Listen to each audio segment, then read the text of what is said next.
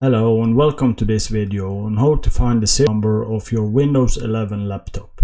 Your laptop serial number is important for warranty claims, service and product registration. In this video we'll show you one easy way to locate the serial number on your Windows 11 laptop. So be sure to watch to the end to make sure you have all the information you need.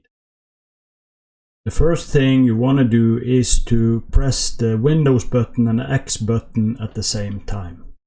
And then go down to Terminal as an administrator. And then type the command wmake BIOS get serial number. And then press enter, and as you can see, you now have the serial number of your laptop. And that's it for this video on how to find the serial number of your Windows 11 laptop. We hope you found this information helpful, and remember to keep your laptop serial number in mind for future reference. Thank you for watching all the way to the end, and don't forget to like and subscribe for more helpful tech tips.